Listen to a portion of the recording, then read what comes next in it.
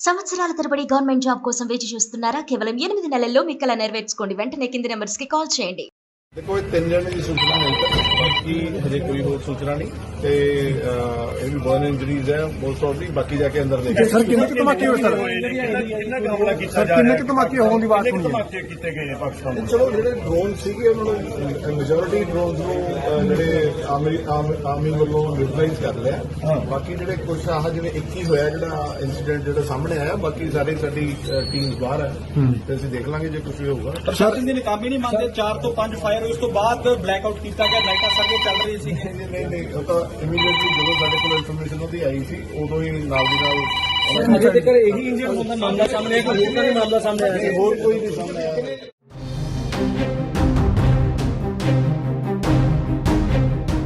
భారత్ పాకిస్తాన్ ఉద్రిక్తతల వేళ ప్రజలందరికీ ప్రభుత్వం కీలక ఆదేశాలు జారీ చేసినా కొందరు నిర్లక్ష్యం వహిస్తున్నారు. రెండో రోజు శుక్రవారం ఒకచోట సైరన్ మోగించినా కూడా ఒక ఇంట్లో విద్యుత్ దీపాలు ఇతర ఎలక్ట్రానిక్ పరికరాలను ఆఫ్ చేయలేదు. లైట్లు ఆఫ్ చేయకపోవడంతో పాకిస్తాన్ ప్రయోగించిన డ్రోన్ ఆ ఇంటిపై వచ్చి పడింది. డ్రోన్ దాడి కారణంగా ఆ ఇల్లు ధ్వంసం కాగా మంటలు వ్యాపించాయి. ఈ ఘటనతో ఆ ఇంట్లోని వ్యక్తి తీవ్రంగా గాయపడ్డాడు.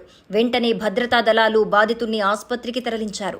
ఈ ఒక్క సంఘటన చెబుతుంది బ్లాకౌట్ అనేది ఎంత ప్రాముఖ్యమో. బ్లాకౌట్ చేయకపోతే ఎలాంటి పరిణామాలుంటాయో ఇది నిరూపిస్తోంది. అందుకే శత్రు దేశాల దాడి సమయంలో లైట్లు, ఇన్వర్టర్లు, ఇతర వెలుతురునిచ్చే అన్నింటినీ బంద్ చేయాలి. లేకపోతే భారీ నష్టం ఎదుర్కొనే అవకాశం ఉందని సైన్యం హెచ్చరిస్తోంది.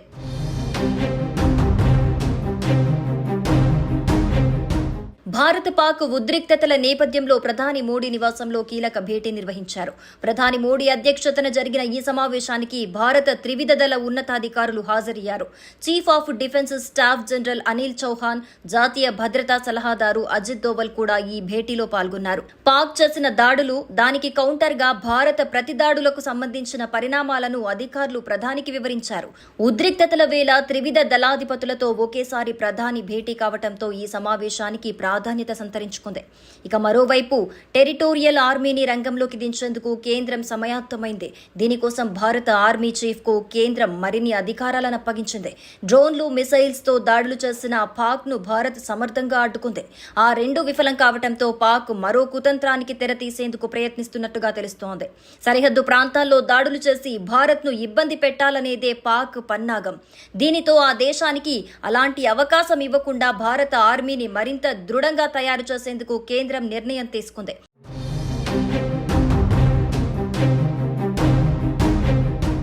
ఈ మేరకు భారత ఆర్మీ చీఫ్ కు మరిన్ని అధికారాలు అప్పగిస్తూ ఉత్తర్వులు జారీ చేసింది. అవసరమైతే టెరిటోరియల్ ఆర్మీని రంగంలోకి దించాలని స్పష్టం చేసింది. ఇందులోని అధికారులను, నమోదు చేసుకున్న సిబ్బందిని పిలిచేందుకు అధికారం కల్పించింది. రెగ్యులర్ ఆర్మీతో కలిసి పనిచేసేందుకు సిద్ధంగా ఉండాలని కేంద్రం సూచించింది. టెరిటోరియల్ లేదా ప్రాదేశిక ఆర్మీ గురించి సింపుల్ గా చెప్పాలంటే సైనిక రిజర్వ్ ఫోర్స్. దేశంలో క్లిష్ట పరిస్థితులు ఎదురైనప్పుడు భారత ఆర్మీతో కలిసి ప్రత్యర్థితో తలపడేందుకు టెరిటోరియల్ ఆర్మీ సిద్ధంగా ఉంటుంది. ఇందులోని సిబ్బంది, అధికారులకు రెగ్యులర్ ఆర్మీ తరహాలోనే శిక్షణిస్తారు. వీరంతా బయట ఉద్యోగాలు చేసుకుంటూనే వాలంటీర్ గా సైన్యంతో పనిచేస్తుంటారు. 1948లో భారత టెరిటోరియల్ ఆర్మీ చట్టం ఆమోదించారు. ఆ తర్వాత 1949లో అధికారికంగా ప్రారంభమైంది. ప్రస్తుతం దాదాపు 50,000 మంది వరకు ఈ ఆర్మీలో ఉన్నట్లుగా సమాచారం. వీరంతా రెగ్యులర్ ఆర్మీలో భాగమే అయినప్పటికీ నిరంతరం సైన్యంతోనే ఉండరు. అవసరమైన సందర్భాల్లో కథన, ప్రకృతి వైపరీత్యాల్లో రంగంలోకి దిగుతారు.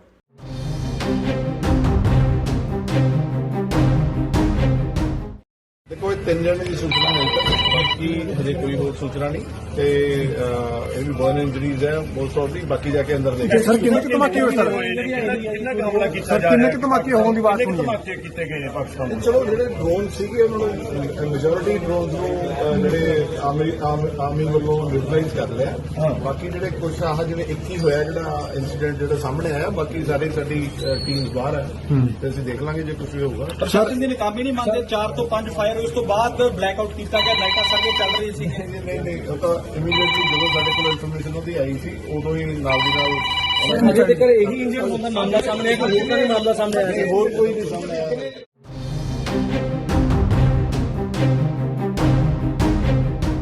భారత్ పాకిస్తాన్ ఉద్రిక్తతల వేళ ప్రజలందరికీ ప్రభుత్వం కీలక ఆదేశాలు జారీ చేసినా కొందరు నిర్లక్ష్యం వహిస్తున్నారు. రెండో రోజు శుక్రవారం ఒకచోట సైరన్ మోగించినా కూడా ఒక ఇంట్లో విద్యుత్ దీపాలు, ఇతర ఎలక్ట్రానిక్ పరికరాలను ఆఫ్ చేయలేదు. లైట్లు ఆఫ్ చేయకపోవడంతో పాకిస్తాన్ ప్రయోగించిన డ్రోన్ ఆ ఇంటిపై వచ్చి పడింది. డ్రోన్ దాడి కారణంగా ఆ ఇల్లు ధ్వంసం కాగా మంటలు వ్యాపించాయి. ఈ ఘటనతో ఆ ఇంట్లోని వ్యక్తి తీవ్రంగా గాయపడ్డాడు. వెంటనే భద్రతా దళాలు బాధితుల్ని ఆసుపత్రికి తరలించారు. ఈ ఒక్క సంఘటన చెబుతుంది బ్లాకౌట్ అనేది ఎంత ప్రాముఖ్యమో.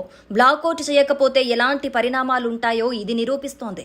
అందుకే శత్రు దేశాల దాడి సమయంలో లైట్లు, ఇన్వర్టర్లు, ఇతర వెలుతురునిచ్చే అన్నింటినీ బంద్ చేయాలి. లేకపోతే భారీ నష్టం ఎదుర్కొనే అవకాశం ఉందని సైన్యం హెచ్చరిస్తోంది.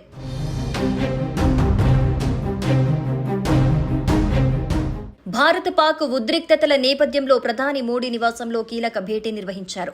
ప్రధాని మోడీ అధ్యక్షతన జరిగిన ఈ సమావేశానికి భారత త్రివిధ దళ ఉన్నతాధికారులు హాజరయ్యారు. Chief of defence staff general Anil Chauhan, జాతీయ భద్రతా సలహాదారు అజిత్ దోవల్ కూడా ఈ భేటీలో పాల్గొన్నారు. పాక్ చేసిన దాడులు, దానికి కౌంటర్గా భారత ప్రతిదాడులకు సంబంధించిన పరిణామాలను అధికారులు ప్రధానికి వివరించారు. ఉద్రిక్తతల వేళ త్రివిధ దళాధిపతులతో ఒకేసారి ప్రధాని భేటీ కావడంతో ఈ సమావేశానికి ప్రాధాన్యత సంతరించుకుంది. ఇక మరోవైపు టెరిటోరియల్ ఆర్మీని రంగంలోకి దించేందుకు కేంద్రం సమాయత్తమైంది. దీనికోసం భారత ఆర్మీ చీఫ్ కు కేంద్రం మరిన్ని అధికారాలను అప్పగించింది.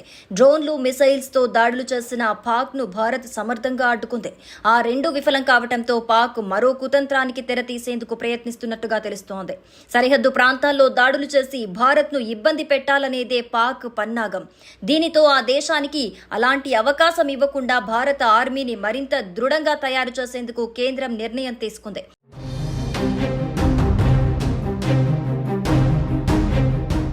ఈ మేరకు భారత ఆర్మీ చీఫ్ కు మరిన్ని అధికారాలు అప్పగిస్తూ ఉత్తర్వులు జారీ చేసింది. అవసరమైతే టెరిటోరియల్ ఆర్మీని రంగంలోకి దించాలని స్పష్టం చేసింది. ఇందులోని అధికారులను, నమోదు చేసుకున్న సిబ్బందిని పిలిచేందుకు అధికారం కల్పించింది.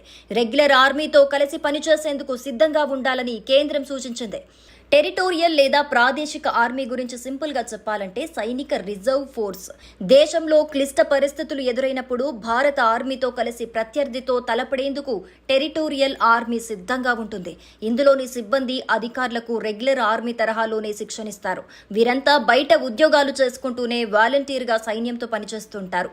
1948లో భారత టెరిటోరియల్ ఆర్మీ చట్టం ఆమోదించారు. ఆ తర్వాత 1949లో అధికారికంగా ప్రారంభమైంది. ప్రస్తుతం దాదాపు 50,000 మంది వరకు ఈ ఆర్మీలో ఉన్నట్లుగా సమాచారం. వీరంతా రెగ్యులర్ ఆర్మీలో భాగమే అయినప్పటికీ నిరంతరం సైన్యంతోనే ఉండరు. అవసరమైన సందర్భాల్లో కథన, ప్రకృతి వైపరీత్యాల్లో రంగంలోకి దిగుతారు.